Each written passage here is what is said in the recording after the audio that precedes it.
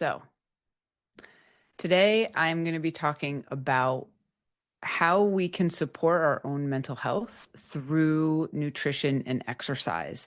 And like I said, knowing that this is a fat phobic world, I've lived in a number of different size bodies in my lifetime. And so I never approach the work that I do with people around body size. I talk about our mental health, I talk about our emotional health, our physical health and well-being, and the experiences that we want to have in our body and our minds. And so today it's really going to be about how we can use nutrition and exercise, find movement that feels really good to us in order to improve our quality of life experience. And when we improve our well-being, when our body at the cellular level has more nutrition, when we're going to do, you'll see the stuff I'm going to be talking about today, then there are side effects to that, which include better sleep, which include better mental clarity, lessening of symptoms of anxiety, of depression, and anxiousness, both things that I've also dealt with throughout my life. And so I really share that because I'm coming from a place where these are experiences that I have had in my life. And so I have an understanding of what it can feel like, for instance, to struggle to get out of bed, to struggle to move your body, to not feel like whatever we're doing is a positive thing, to be honest with you, right? Just to not feel positive ever at all. And I know that sounds so dark, but I mean, that's really been part of my experience. And I felt like that for years in my 20s. And so if you're feeling like that, I see you. I just want you to know that what we're going to be talking about today is really about an exploration. This is not anything that is prescribed. I'm not telling you what to do. This is really about finding out what works for you.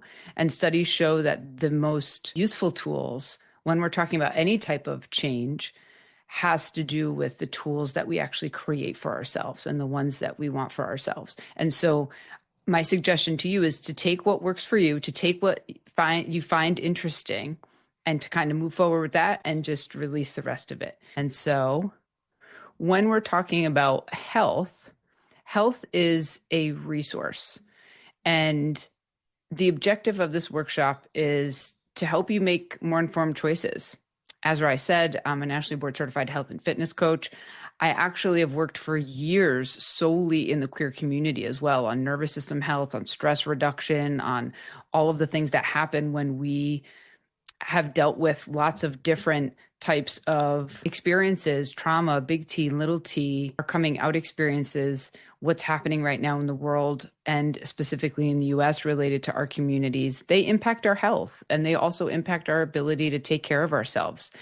And keeping this in that context, what really this is about is to help you, again, make informed choices related to nutrition and physical activity that support positive mental and physical health, right? So improving our well-being overall, improving how we feel overall, kind of raising that baseline of how we feel on a day-to-day basis, understanding how small steps can create big changes, feeling more empowered in your choices, hopefully after this. And then again, exploring what movement and food choices feel aligned and sustainable for you. So this is very, very much about your life and how you want to live your life. Because being an adult, we're all adults in here. The best part about being an adult is that you get to do what you want. So I never tell people, for instance, to stop drinking. I never tell people to stop smoking. The only thing that I would have to tell someone to stop or refer them out or seek additional help would be anytime that there is any type of, self-harm or abusive relationship with a substance or something like that. When we're talking about mental health, this includes our emotional, our psychological, spiritual, and social well-being, right? This social component as well as humans being social beings. And one part of that is also like our cultural foods. So realizing that I'm not someone that tells people not to eat their cultural foods. I love food from all over the world. And there's the same ingredients, right, that our cells need that we can find everywhere. So that's something to keep in mind too, that food is also social, that movement and exercise can also be very social. So there is a social component to what we're going to talk about today, even if it's not explicit in what I say. And our mental health affects how we think, how we feel, and how we act, how we relate and handle to stress. Sorry, how we relate to and handle stress, how we relate to others and ourselves, and our overall outlook or our mindset on life. So our mental health affects everything. It affects everything that we do. And we can affect our mental health in a number of ways, both positively and negatively, right? So if we talk about something like physical exercise and nutrition, these are things that I highlighted here because that's going to be the focus of today. But other ways that we influence our mental health have to do with mindfulness meditation, developing present moment awareness, where we can kind of be in the moment with what we're doing and we're not overly distracted or projecting into the future and future tripping or ruminating and getting stuck in and thinking about our past, which is so easy to do. It's so easy to do, right? But that can cause a lot of anxiety, actually. Medication and therapy, different types of support can be positive for our mental health. Sleep, prioritizing sleep. And what we're going to talk about today, especially with exercise, but also with nutrition, when we talk about, foods that kind of dampen our anxiety response, that directly affects our sleep. And then our sleep affects how we recover, recover mentally and in our body. Different sleep stages are connected to basically mental regeneration and then also physical regeneration. Social connection, like I said, the studies show that when we have strong connections to friends, to our social network, to communities, that is family as well, but that can be something that's a lot more contentious than our chosen family, as we all know. And that has a huge effect on our health. It also actually affects our eating too, because who we're around and what we're doing affects our behaviors.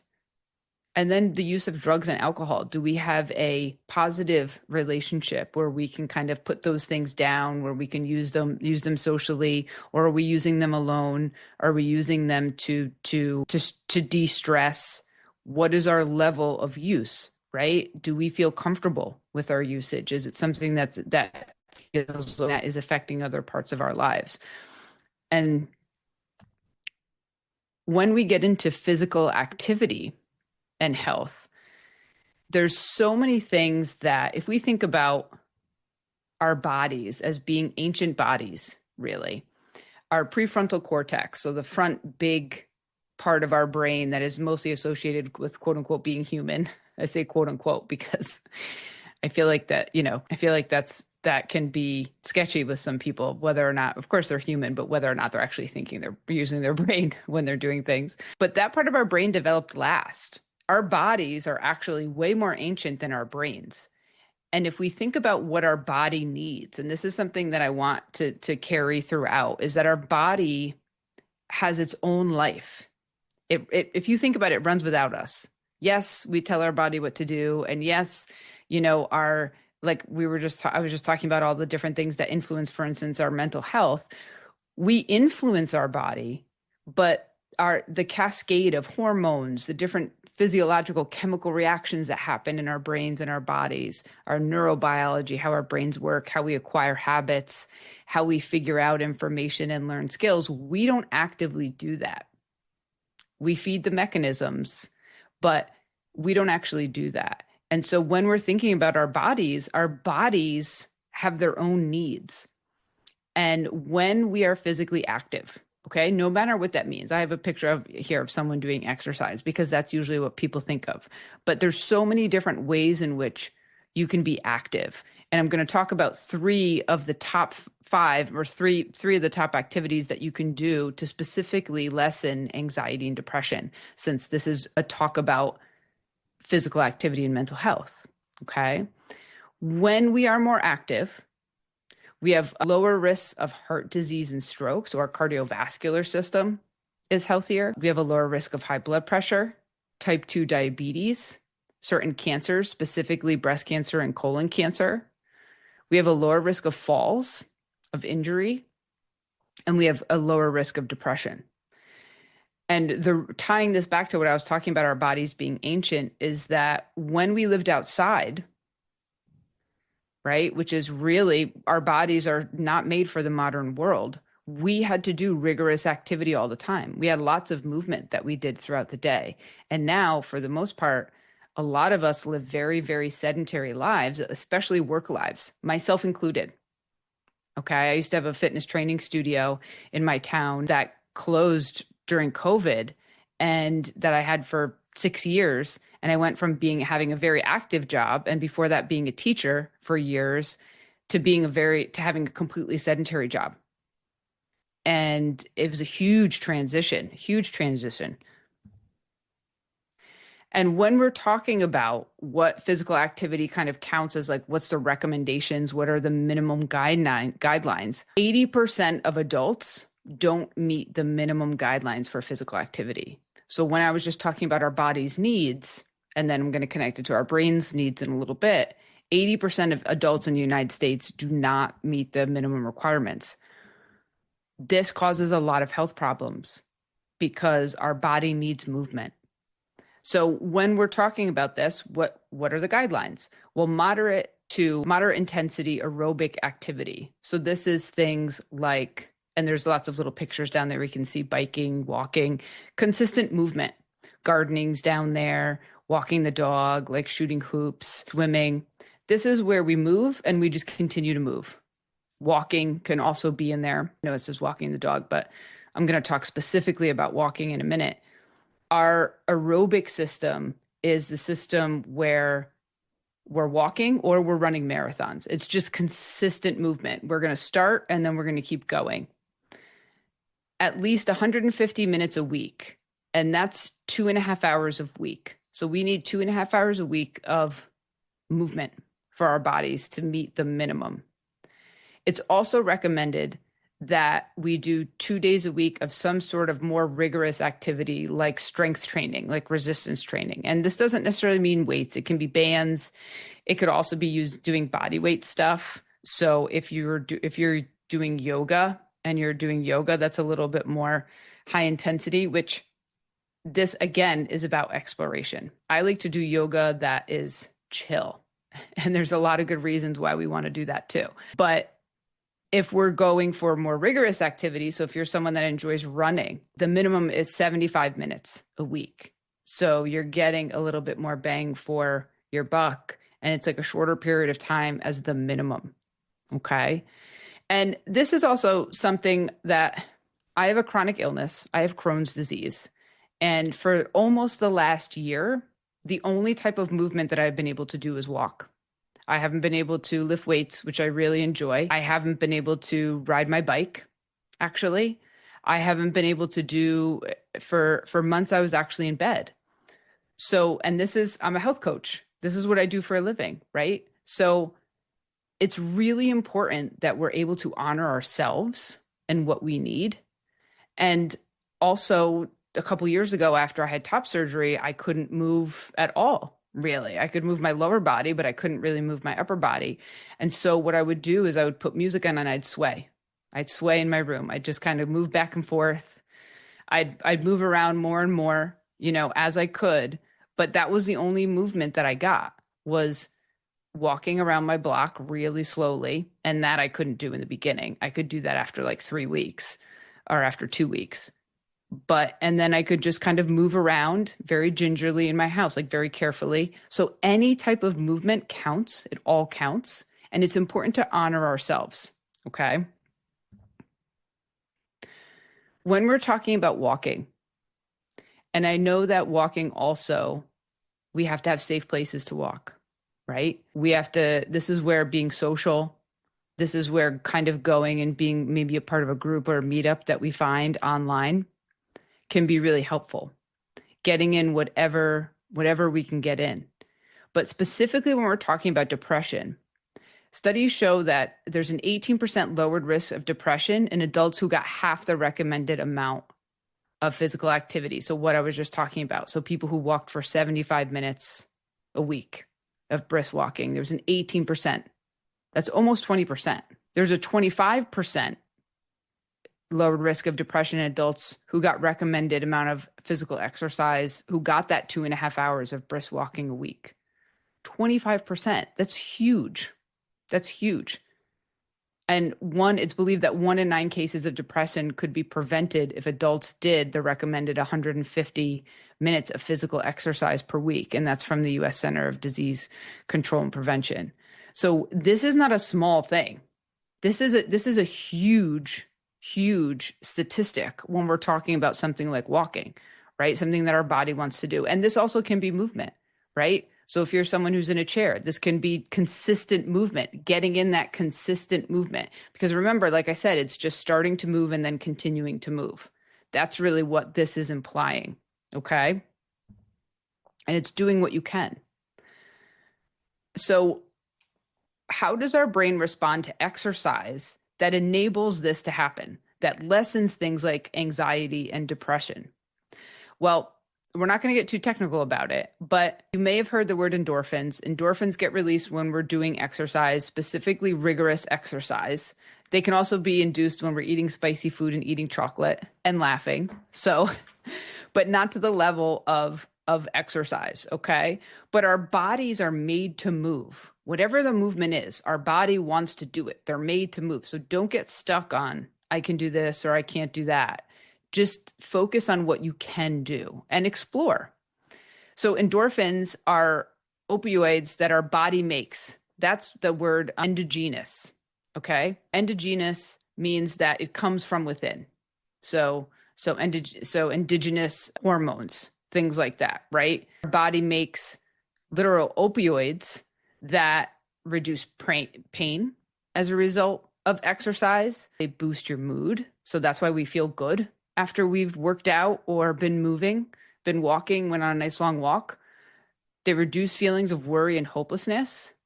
And if we're doing rigorous activity like running or like long distance cycling, that's when you get the quote unquote runner's high. Endorphins give you a feeling of euphoria, a feeling of like, just like absolute, like just they kind of you bliss out a little bit when you have endorphins. Okay. And part of that is that our body wants us, right? It connects to the pleasure pathways in our brain. Our body wants us to move because if we think again about being ancient people in ancient bodies, or modern people in ancient bodies, I should say, our body rewards us for movement because we had to move in order to get food. It's actually a survival mechanism, a biological imperative, meaning that our biology prompts us to do it. We had to move to get food. We had to be in good physical shape in order to catch animals. We had to climb trees. We had to do things that were very physically challenging and taxing. And so those reward centers that made us feel good and made us feel positive and made us feel kind of relaxed and at ease and kind of shook out that energy that's in our body. And if you're someone that has anxiety and you have this kind of pent up energy, you know what I'm talking about. That's why. This is an ancient mechanism that's in our body. Our body actually needs this. And because of that, it's going to prompt us to keep doing it by making us feel good when we do. So part of this is getting started, which if we are experiencing depression can be a very, very hard thing to do. Okay. And so some of the things that we can do if we're experiencing depression can be to plan, to schedule in a workout, to schedule in or a walk, schedule in some sort of movement with someone else that is reliable and let them know, hey, don't let me get out of this. Or if I call you or text you and I say, I want to get out of this or I can't do it, ask me how I'm feeling, right? Or joining something with someone else that feels good, right? Just getting into nature, like compounding it with kind of piggybacking it on something else that you really enjoy. Maybe you really enjoy a coffee shop. Maybe you're going to walk to the coffee shop with your friend. Okay. It doesn't have to be just, I'm just doing this to exercise. We can combine things with other things that we actually like to help us get out of bed or help us get out of the house. Okay. So we're going to take it easy on ourselves and give ourselves a chance to do it by, again, having something positive that's there. Or maybe we're walking to go out to dinner or out to lunch, or my favorite, out to breakfast. with some of our friends, and we're going to walk instead of take the bus or instead of drive. Okay. Or ride your bike. When we're specifically talking about depression, studies have shown that these three activities are the most profound. They have the biggest effect on depression. So walking or jogging, yoga, and strength training. We just talked about walking, right? Some of the mechanisms that work with walking is just added blood flow to your brain. It's also one of the only things that we do that uses both sides of our brain at the same time. We're usually using one side or the other. So, and also because, again, going back to having ancient bodies, we walked everywhere. We walked everywhere. It was a mechanism. It helped. That's what kept us healthy. That's what kept us alive and vital. So walking is so important. Having that consistent movement is so important. Strength training, and I'm going to get to yoga in a minute. Strength training has to do with actually releasing neurotransmitters in our brain. There's a bunch of different things that happen when we're strength training. So using weights or using resistance bands or body weight, something that's a little bit more rigorous, right? And as a result, again, we get dopamine, we get serotonin, we get these positive hits of hormones that are also neurotransmitters that get released in our brain. And neurotransmitters are literally just kind of the connection between neurons in our brain. That's a positive thing. We need that. We need those to regenerate. So our body wants us to do that. There's also a whole host of positive things that happen in our body as we have more muscle and as we build muscle. There's also a biological imperative or this ancient kind of set of systems in our body that wants us to have muscle, again, so that we can actually survive, so that we can thrive in life. Our body wants to be physical, even if we don't think it does, or even if we don't want it to be. So why is yoga effective, right? Why is yoga effective? Well, with yoga, there's usually emphasis on breathing exercises. So slow, deep breathing, which is very calming for our nervous system. It actually gets us out of our stress response in our nervous system, our ruminating thoughts that go round and round and round when we have anxiety or depression. It actually gets us out of that. So even just slow, deep breathing doesn't have to be any type of rhythm. Just laying down or sitting down and breathing slowly and deeply will actually make you feel better and less anxious. So yoga, that's part of what you do. There's also an emphasis on self-awareness. What's going on with your body, right? Where are your shoulders right now? I used to say this as a trainer, right? Are you wearing your shoulders as earrings right now? Like relax your shoulders. And some of you may do it right now and go, oh man, I didn't realize my shoulders were that high. Okay, because one thing with our stress response is it actually tenses up our body. We have muscle tension in our body because when we're in our sympathetic nervous system, our fight or flight, or when we're super focused, our body we actually have more tension in our body. It's a stress response. So this allows us to relax, the relaxation techniques, but also the self-awareness. And if you've ever done someone that has done a body scan or the relaxation where you're engaging your muscles and then relaxing them, and you're kind of starting at your head or starting at your toes and going throughout your body and doing that as a way to alleviate stress and sense into your body in a positive way. Yoga does that. So one of the things that's amazing is that now we can be online. We don't even have to pay for yoga. You can take courses, and that's pretty amazing because then you can kind of build and see some progress there, but you don't even have to leave your room. So if you're someone that struggles with social anxiety, if depression is something that's been coming up for you and you're struggling with it, this might be something great to try because you don't actually have to be social. You don't actually have to leave your house, but it is something that will help you alleviate those negative symptoms. Okay. So again, shown to have a positive effect on symptoms of depression and overall well-being. So part of this now is just our overall feeling in life. That's well-being, is like a combination of how we're feeling about the world, how we're feeling about ourselves, our physical health, our mental health.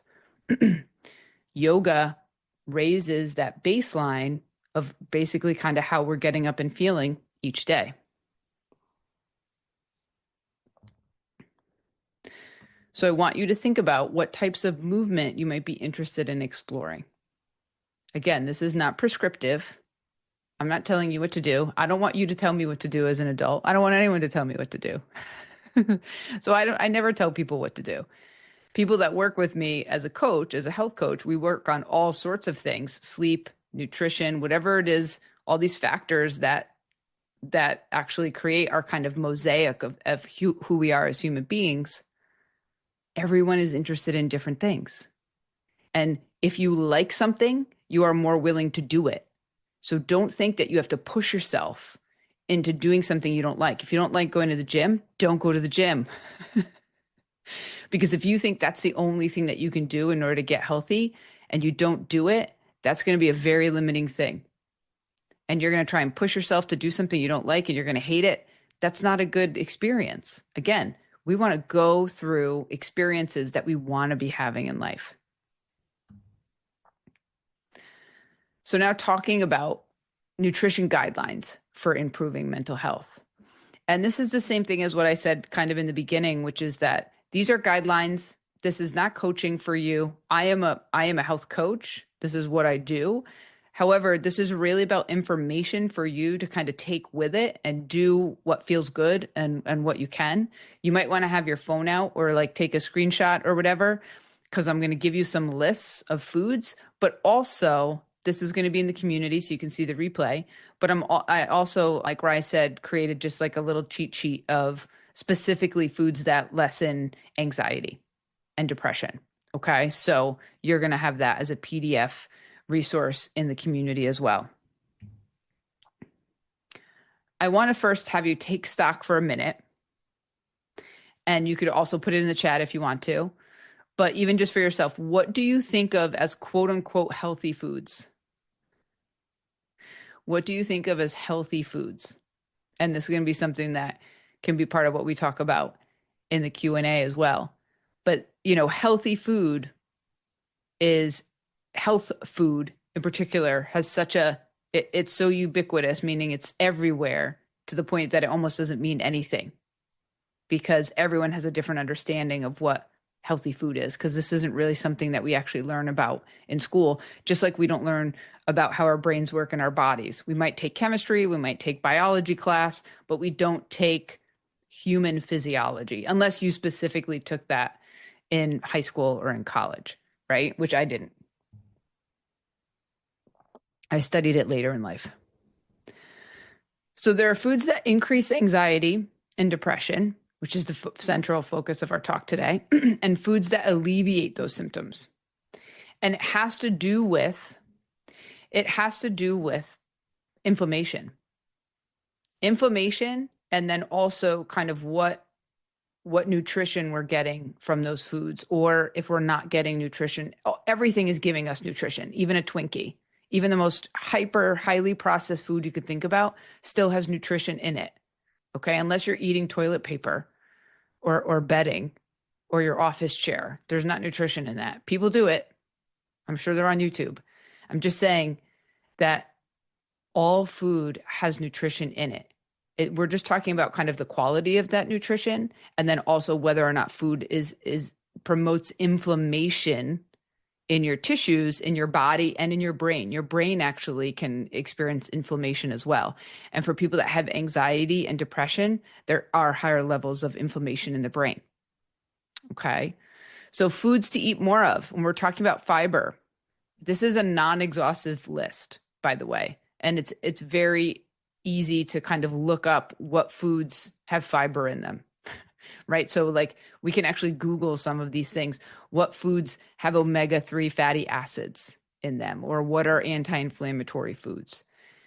But this is like a general list to start talking about it, because what we want to be doing more often than not is knowing where our food comes from, This is not necessarily eating organic food either, by the way. So I don't eat completely organic food. I can't afford to.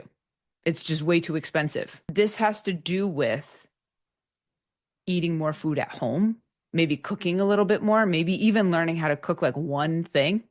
If you don't cook anything right now, or you'd say, I don't really know how to cook at all, great. There's no shame in that game. But understanding making something for yourself can be really empowering, right? Again, I'm not telling you what to do, but it can feel really good. And then you can also explore with things that you like. And usually, if we're eating food away from the home, it often has more butter and it has more salt in it because those things taste really good, and fat. And fat is not bad for you, by the way. We need fat. Our brain is made of fat. The membranes around our cells are made of fat. What lubricates our joints is made of fat. We need fat. It's important. But what we don't want is inflammatory fats. So I'll talk about that in a minute. But if we're talking about something like fiber, okay, fiber, it's slowly digestible in our body. So we're full longer. It costs our body energy and calories to break it down. So we're making our metabolism rev up. And there's something called the thermic effect of food, which is essentially that. It's how many calories our body is burning, energy that is used in order to digest food. And that's part of our metabolism. And that's also why if you eat, say, if you've ever gotten the meat sweats, if you eat a meal that has a lot of meat in it, I know I have, you get kind of sweaty and you get like hot and you're like, whew, it's actually your body working really hard to start to break down whatever it is that you were eating. Things like steel cut oatmeal and chia seeds, going back to like the oatmeal. This is something, again, we have our energy, same with foods with fiber, slow release energy. So we have energy for longer throughout the day. So our nutrition has a lot to do with also our eating behaviors. If we're eating more whole foods, then that means that we are whole foods as opposed to food that is not pre-made, because we can go to the store and get pre-made food, pre-made whole food, right? Like or at the at the salad bar and at the restaurant bar or something like that in markets now. But I'm talking about food specifically that comes in a box or a bag, right? Unless we're talking about rice and beans. Foods that don't have a label on them, for instance, a label that says quote unquote healthy. Oftentimes, if there's a label on food that says this is healthy, it's not. It's marketing. There's not a label on an apple that said this is healthy. Okay, so that's really more of what I'm talking about. And whole foods have more whole nutrition in them. Okay, whole meaning less processed, minimally processed. And we want to try and be eating out of the minimally processed bucket 80% of the time. 80% of the time. And that's a goal. Doesn't mean that you're going to do that now, right? I've also had clients who have done that 30% of the time, and they've seen a huge change in their health, in their physique, in how they felt, in their skin, and how they slept, because our body needs things at a cellular level. This is what I'm talking about when the fact that our body has its own needs. It has its own life. And when we give our body what it needs, it gives us usually what we want. All of the different goals that we have for ourselves, they come as a byproduct of our body getting what it needs first. And that's always going to be the case. Okay. Aged and fermented foods, which I'm going to talk about in a little bit when I talk about gut bacteria. Oh, I skipped over omega-3 fatty acids. So omega-3 fatty acids are anti-inflammatory foods. So fish and seafood, rapeseed oil. Okay, those are things that come up. Also, if you take these as supplements, we want to be able to get our nutrition mostly from the food that we eat. If we have a hard time doing it, then using supplements can help. Supplements is a very unregulated industry in the United States. Basically, whatever they say on the bottle does not have to be in the bottle. How do you like that? So I don't recommend using, I only use one supplement company called Thorne, Thorne. I don't use any other supplement company myself or promote for other people. And that's because they're third party tested. There's a lot of things that companies can put into supplements that you wouldn't know was in there that actually speed up your system, that are stimulants, and they make your heart beat faster. And it's also why things like amateur athletes get tested and they get busted for having like a performance enhancing thing that's in a supplement that they didn't know was in there. So it's not a regulated industry at all. So we want to really try and get the most that we can out of food. Unless we need to, for me, like going back to the fact that I have Crohn's, in a flare up, I have a very hard time digesting certain foods and eat a really, I'm just coming out of one, eat a very minimal diet where I actually have a protein powder that has a bunch of vitamins and minerals in it. And I blend some fruit in that and I have that and some peanut butter. And that's like I still just eat one liquid meal because I actually can't physically digest another meal or even things like fiber yet. So again, this is going to go back to what is important and necessary for you. Okay. Tryptophan puts us to sleep. It's in animal meats. Vitamin D, we want to be trying to get outside. Salmon is a great source of vitamin D. And then things like magnesium, eating a different array of nuts. Leafy greens like spinach are amazing for us. If you don't like it, try and put it in so that you don't taste it.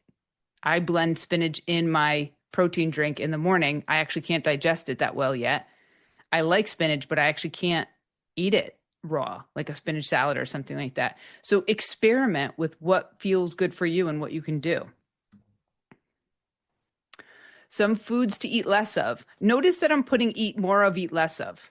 I'm not saying foods to avoid. I'm not saying foods to don't eat, or only eat these foods. That's not realistic. And that's also not how human beings are. If that were the case, then we could look at a list and we could say, okay, I'm just eating those things. Cool. I'm going to just do that from now on for the rest of my life. Who does that? Okay. I'm sure that there are some people that do that. I don't. And when we're talking about how our brains actually work and how things change for us, if we're wanting to make lifestyle changes or changes to our diet, that's not how our brains work. It works over time with really small things that actually become normalized to the point that we don't even think of them as something that's new. And you'll see my recommendations kind of at the end of this for how to make these changes. So foods to eat less of. Saturated fats. Saturated fats are in animal meat. Saturated fats are going to be in fried food. It's not like you don't eat those things. It's just that we in the United States specifically have a very, very high omega-6 fatty acid diet. And that comes from processed foods, and it comes from an overabundance of red meat in our diet. So red meat is not bad for you, but the amount that some people eat can be very bad for your health, especially over a long period of time, especially if you're eating like that for 20 years.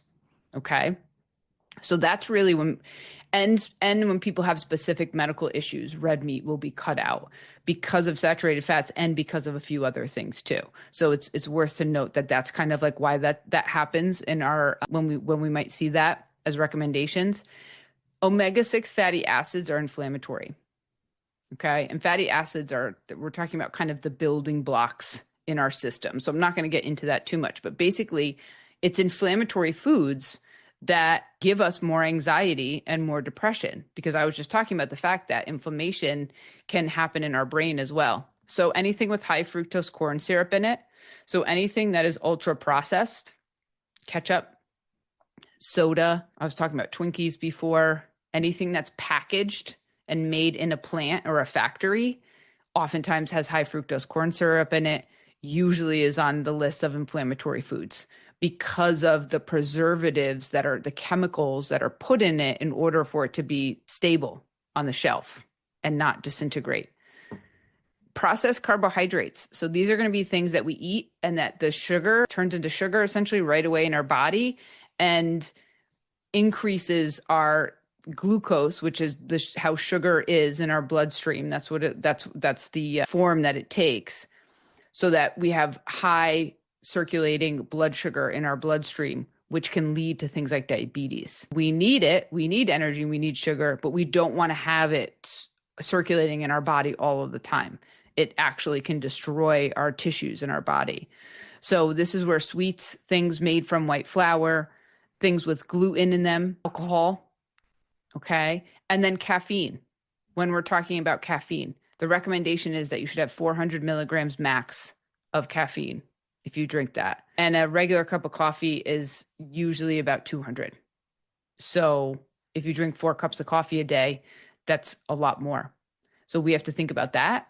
And then we also have to, with anxiety, because that revs up our nervous system, that gets us into our kind of stress response, even though it's a focusing thing, because our sympathetic nervous system is also the one we're in when we're focused at work, when we're focused on doing a task. So we get that coffee is that fuel for that. However, it keeps us at this elevated place for about 8 hours. It takes about 8 hours for coffee to dissipate in our system. So if you're drinking coffee throughout the day, it's noted that we want to actually try and stop by like 2:30 in the day. So if you have an afternoon cup of coffee and you find that you don't sleep well at night, you can push that up. So maybe you have that more like at noon, and pay attention as well to these types of foods that also kind of are inflammatory and can disrupt that system as well and affect our sleep, because they're making us a little bit more elevated and hyper. Gut bacteria. So one of the most profound things that happens with food is the gut bacteria in our gastrointestinal tract. So it's actually considered one of the biggest effects of food on the brain, is whether or not the food that we're eating allows good gut bacteria to grow or actually inhibits the growth of good gut bacteria. Quote unquote, good gut bacteria, because we have good and then we have gut bacteria that is destructive and can get overgrown. But good bacteria makes neurotransmitters for our brain, what I was talking about before with strength training. So serotonin, dopamine, and GABA. These are things that connect the neurons in our brain. They're also feel-good hormones. So they're neurotransmitters and they're hormones, okay? So feel-good hormones in our brain. These influence how we think and how we feel. So this is our mood. This is our even our thoughts, positive and negative thoughts, right? Whether our thinking is coherent, whether we're kind of disjointed in our thinking. So our cognition, like the quality of our thinking, can we stay focused on a task, or are we just like losing focus really quickly? This can all be because of imbalance in our gut bacteria. Our gut bacteria becomes less diverse. Diversity is great everywhere if we eat a limited diet. So if we're only eating a few things, and we're eating that all of the time, we're not getting the full array of bacteria that can come from different foods. And I'm going to list those foods. And we can get an overgrowth of bad bacteria. There's all different issues that happen in our gut that can happen as a result of this. And so this is how our diet can negatively impact our mental health. And when we're talking about like processed food, not to demonize processed food, because I eat processed food for sure. I just said in the chat that one of my favorite comfort foods is chips. Okay. It's really the 80-20 rule. It's really that can be in our diet, but if it's a larger percentage of our diet, or 50% or 60% or 80% of our diet, we are going to have health problems because of it, because the food industry does not care about you. They want you to buy more of their food. And so they make it addicting, and they make it something that, going along with addicting, that we crave. It actually changes our brains and our pleasure pathways in order to want that food. It is not a positive thing that the food industry has done, especially in the West. So how can you influence your brain bacteria, your gut bacteria? So probiotic rich foods, probiotics are the things that contain good bacteria, the food that contain good bacteria. So yogurt. So when we're talking about yogurt, it's the one it's like a live culture yogurt. It's usually the one that's like a little bit bitter. Greek yogurt. It's not one that has fruit in it, and it's not one that has a lot of sugar in it. You can add in fresh fruit. That would be an awesome thing to do, things like berries and stuff. But we don't want to get the one with the fruit in the bottom. I know I was raised on that yogurt, believe me, but it's actually much better for our health if we get yogurt that is, like I said, that doesn't have those things in it. And then we add in berries or nuts or anything like that to it. And we're going to get a lot more nutrition from that, right? So at the bottom, at the end of the day, this is also about the quality of nutrition that we're getting. So if you eat tempeh, miso, natto, like anything that is like soy or, plant-based protein, kimchi, kombucha, so anything fermented, right? So we're talking about fermented foods, and then aged food. So cheeses like Gouda, cheddar, and mozzarella are going to be aged food. Prebiotic rich food. Prebiotics are the things that promote the growth of good bacteria.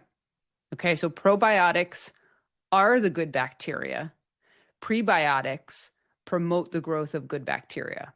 Okay, they're foods that when they're broken down are broken down specifically by the good bacteria, and it grows a good bacteria in the gut. So beans and legumes, oats, garlic, onions, dandelion greens. That's been coming up a lot for me lately. Bananas and berries. Berries are like an amazing thing to have in your diet, specifically blueberries. They're phenomenal for your brain. They're absolutely phenomenal for your brain. I know someone that used to freeze blueberries and eat them as a snack.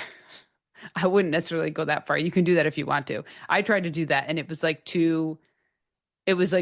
I didn't like biting into that many cold things. I was like, I can eat one. I can't have this as a whole snack. I'm not going to do this. Leeks, Jerusalem artichokes, and asparagus. So you can see even just from this list, and this is, again, none of these lists are exhaustive, but we want to eat a wider variety of foods in general. So if you're someone and you're like, oh, I don't really do that, just start to explore. Just start to explore some of the things that we're talking about today and just see how you feel. Okay. So general nutrition guidelines to kind of wrap this up a little bit. Again, explore, find what's sustainable for you. And when we're talking about sustainability, we're saying like add in like one more fistful of veggies, which is like a serving size, like your fistful a week to like one meal. We're not saying, okay, now I'm going to eat 4 more servings of veggies a day. We're not going to do that. Again, because of humans, right? Because of our brains. That's not how our brains work. They work slowly over time. So eating a variety of fruits and vegetables, the way that I like to do this, and this is also how I do this for myself. I don't have lists. Yes, I have this knowledge, but I'm not someone that needs to like tick all of these boxes. It's really about getting a variety. So I look in my shopping cart and I look at the colors. And we want to have a variety of colors. If everything I look at in there is like green and brown and white, I need to spice it up. I need to add some color. So add different colors to your shopping basket, and you can make it even like a fun game of like, how many colors can I buy today in my shopping basket? Eat more fish more regularly. It doesn't mean you need to eat it all the time, but just finding different ways to get different foods or explore different foods, more tofu, etc., fermented foods, and in general, eat a little bit less meat. If you're someone that eats a lot of meat, a lot of red meat, again, no shame in your game, but it's worth experimenting to see how you feel. And I've gone through periods in my life where I've eaten a lot of red meat in my diet. I notice that when I eat less, I feel better. Doesn't mean I don't love hamburgers, and steak, but when I eat less of those things on average, I tend to feel better. So this is all about exploring what feels good for you. Some people may do that and they might not notice any difference, and that's totally okay. We are all extremely different when it comes to what our bodies like and need, our genetics, our cultural makeup, and then also kind of where we are from in the world. So we have to keep those things in mind too. So eating extra virgin olive oil and rapeseed instead of veggie and canola oil. Okay. If you're eating veggie and canola oil, that means that you're frying a lot of things. Not to say you can't fry stuff, for sure, But just realize that it's those oils as well. Those are inflammatory too. So when we're getting, it's not just the food, the frying food, but it's the flour that might be on the outside of it. It's also like the oil. Keeping these in mind so that we can make decisions so that we have kind of a balance. The 80-20 rule, which is what I was talking about. So trying to eat in the more like whole foods, less processed space 80% of the time. 20% of the time, that's where our processed foods come in. That's where sweets, alcohol, that type of stuff happens. Okay. Again, trying to add in one new food one time per week. It can be as little as that. It does not need to be a makeover at all. And those things don't work. Kitchen makeovers. I'm going to throw out everything in my kitchen. I'm never going to eat bread again. That doesn't work. And you don't have to do that. Okay. Drink water every day. We need water. It gives us minerals. We need water at a cellular level. We are mostly made of water. If you're not drinking water, there's a good reason that you feel bad. It's because you're not drinking water. If I'm going to tell you to do one thing, we have to drink water. And if you don't like water, put fruit in it. Figure it out. Have some seltzer. Mix it up. But we also get water from our food. So if you're eating more live food, if you're eating salads and raw veggies and stuff, we are going to get water from that as well. But if we don't have enough water, it causes headaches, it causes muscle aches, it causes nausea, it can cause you to pass out, it can cause you to have headaches. I trained someone who was in her late 50s when she came to my gym. And I knew her. She was from my town. I think she was a distant cousin of mine, actually. And she said that her whole life, since she was around 14, a freshman in high school, she had been getting headaches and that she regularly felt dizzy. And I was like, okay. She told me this because she was coming to train, right? And I'm like, okay, well, thanks for letting me know. And as we started talking and I started to work with her more, I found out that she really didn't drink. She didn't drink any water. She drank like a glass of water a day. And she said, I don't like it. And I said, okay, I understand. But I actually feel like, considering everything else you've told me, that this is because you're not drinking water. And she was like, I don't believe that.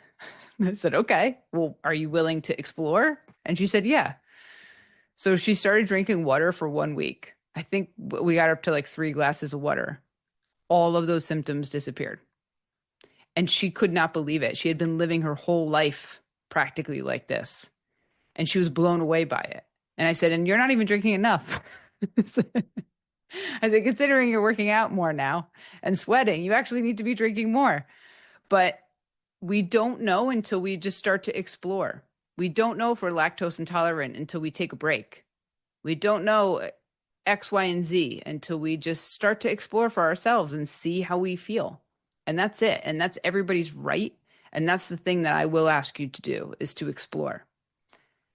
When we're eating bread, sourdough bread and sprouted breads are the best. They give us the best nutrition. And we want to be eating fresh bread if we can, as much as possible, if we have a lot of bread. Variety of nuts and seeds. Again, make sure you're not allergic. This is all of this stuff has to go through your filter. I'm just giving you general recommendations that for overall nutrition, that this is what we're looking for at the cellular level in our bodies. And make more food at home if you can. That's it. Not telling you how much you need to eat at home, any of that type of stuff. Making more food at home, making food in batches, like food prep. So for my clients, that's usually part of what we do because it's so much easier to have food in your refrigerator, as long as you like leftovers. Having food in your refrigerator, and not even leftovers actually, like prepping, like making stuff so you can easily make a salad, because making a salad can be a huge pain if you have to cut everything at once. Well, put on a TV show or listen to a podcast or something like that and cook a bunch of food at once on a Sunday. Or if you're making a dinner, cook a few other things while you have the oven on. I love to do that. The oven's on. What else can I cook? I like to eat. I don't actually love to cook. So some people love to cook. That's amazing. I'm not one of those people. So you have to do what works for you.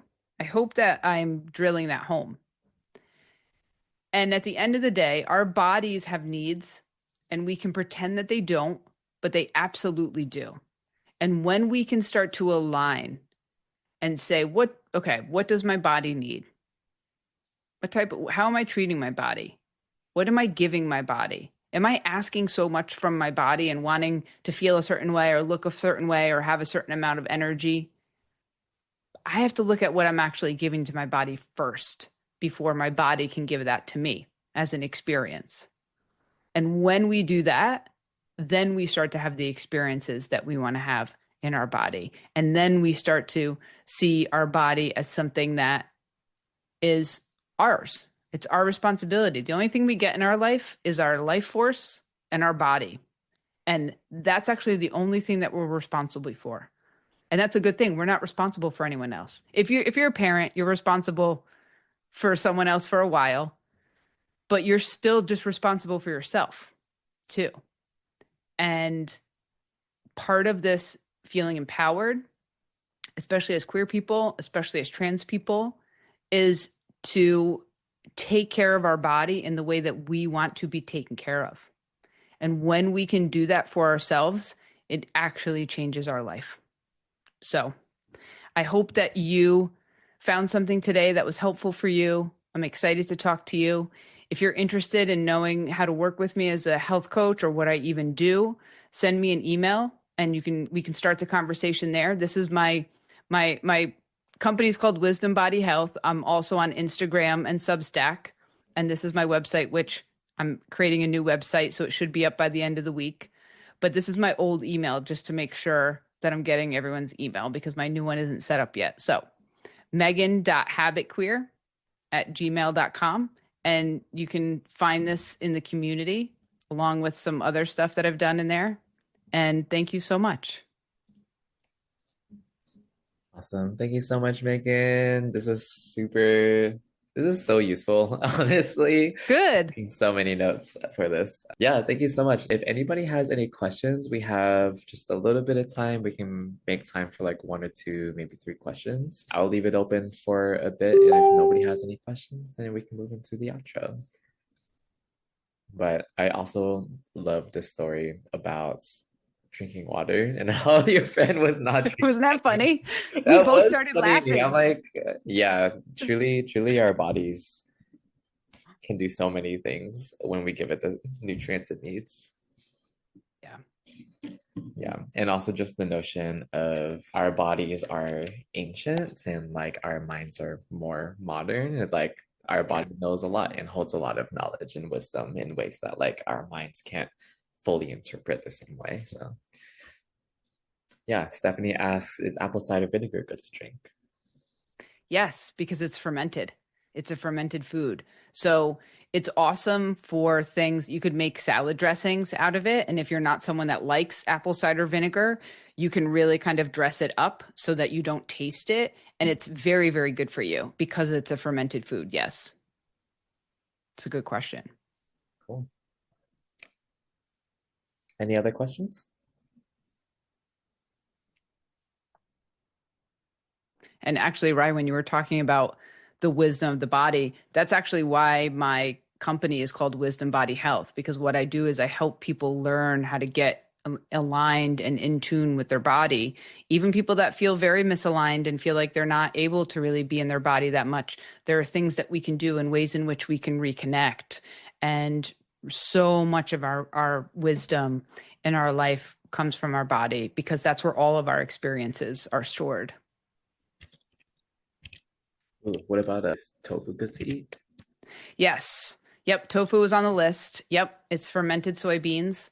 So that fermentation is what helps us grow the good bacteria in our gut. So any fermented foods, kimchi, kombucha can have a lot of sugar in it. So you just have to kind of be aware. The ones without a ton of sugar can also be rough. So just realize I've tried a bunch of them over the years. But yes. Cool. Amazing. And we can take one last question if somebody has one.